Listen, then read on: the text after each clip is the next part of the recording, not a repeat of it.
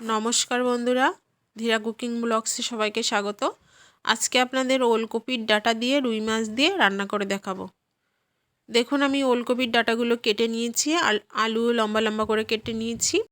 देखुन बंधुरा ओलकपिर डाटागुलो एकदम कचि कचि। ओलकपिर डाटा किन्तु साधारणत सबाई निरामिष चচ্চড়ি रान्ना करे। आमी आजके आपनादेरके रुई माछ दिए रान्ना करे देखाबो। और एत ठांडा लेगेছে आमार जे आमी कथाई बोलते पारछि ना। देखुन आमी रुई माछटा केटे धुए परिष्कार करे निয়েছি। अनेकटाई बड़ माछ देखे बुझते पारछेन। किछु माछ निয়েছি और किछु माछ रेखे दिয়েছি। आमी नुन हलुद माखिए माछटा भेजे नेब। आमी किन्तु सरिषार तेले रान्नाटा करछि, आपनारा सादा तेलेও करते पारेन, किन्तु सरिषार तेले रान्नाटा बेशी भालो लागे खेते। माछगुलोके नुन हलुद माखिए हालका लालचे करे भाजा करे नेब।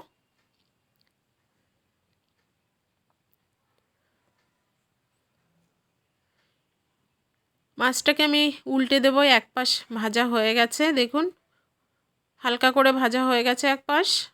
आमी आरेक पाश उल्टे देब। खूब बेशी कड़ा किन्तु करब ना माछटा, हालका लालचे करे भाजा करे नेब।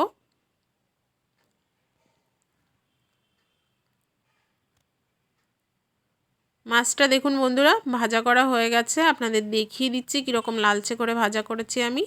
खूब बेशी किन्तु लालचे करे आमी भाजा करिনি। माछ भाजा उठिए नेওয়ার পরে যে তেলটা রয়েছে ওই তেলেই আমি গোটা জিরে ফোড়ন দিয়ে দিলাম আর দেব তেজপাতা। জিরে আর তেজপাতাটা খুব ভালো করে ভাজা ভাজা হয়ে গেলে আমি এবার কেটে রাখা সেই ওলকপির ডাঁটা আর আলু একসঙ্গে দিয়ে খুব ভালো করে কষিয়ে নেব। ওলকপির ডাঁটা আর আলুটা দিয়ে দিলাম, একটু নাড়াচাড়া করে নেব। ডাঁটাটা কিন্তু খুব ভালোভাবে কষিয়ে নিতে হবে। শাক যেভাবে আমরা কষিয়ে রান্না করি ঠিক সেভাবেই দিয়ে দিলাম স্বাদ মতো নুন, হলুদ গুঁড়ো, একটু নাড়াচাড়া করে আমি সামান্য জল দেব। এতে সামান্য জল দিয়ে দিলাম। এবার জলটা দিয়ে আমি 10 মিনিট মতো ঢেকে রান্না করব। আঁচটাকে একদম বাড়িয়ে দিয়ে রান্না করতে হবে।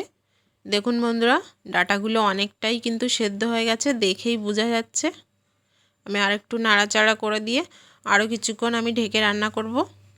এইভাবে ঢেকে ঢেকে জল শুকানো অবধি রান্না করতে হবে এবং খুব ভালো করে কষিয়ে নিতে হবে।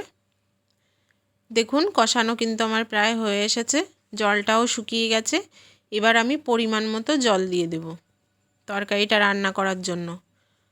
দিয়ে আমি ঢেকে দেব আরও 10 মিনিট, কিছুক্ষণ রান্না করে নেব।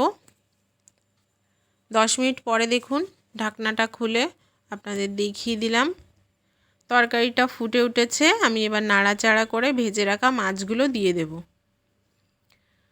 কাঁচা লঙ্কাটাও দিয়ে দিলাম সঙ্গে। আমি মাছটা দিয়ে আমি আরও কিছুক্ষণ ঢেকে রান্না করব। দেখুন বন্ধুরা তরকারি কিন্তু প্রায় হয়ে এসেছে, ডাঁটাটা একদম সেদ্ধ হয়ে গেছে, আপনারা দেখেই বুঝতে পাচ্ছেন। আর খেতে কিন্তু খুবই টেস্ট লাগে। একদম কম তেল মশলায় রান্না করে দেখিয়ে দিলাম। বন্ধুরা আপনারা বাড়িতেও ট্রাই করুন আর আমাকে অবশ্যই জানাবেন কেমন লাগলো। আজকে এই পর্যন্তই, ভালো থাকবেন।